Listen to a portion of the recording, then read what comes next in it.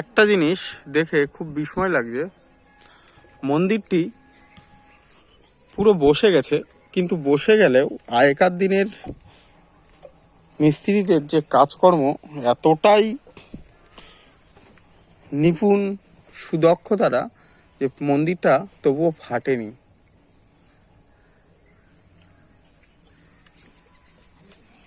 মন্দিরটার গায়ে কোনো ফাটলের দাগ দেখতে পাওয়া যাচ্ছে না।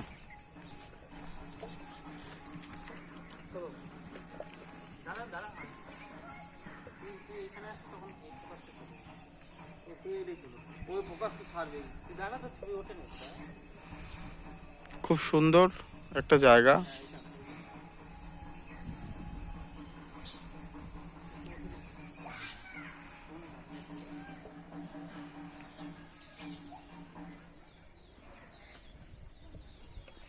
মনোমুগ্ধকর পরিবেশ, আসলেই মন ভালো হয়ে যায়।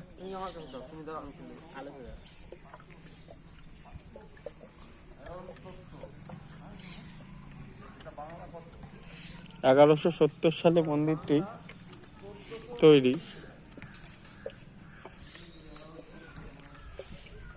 Around 5000 years ago, this temple is established.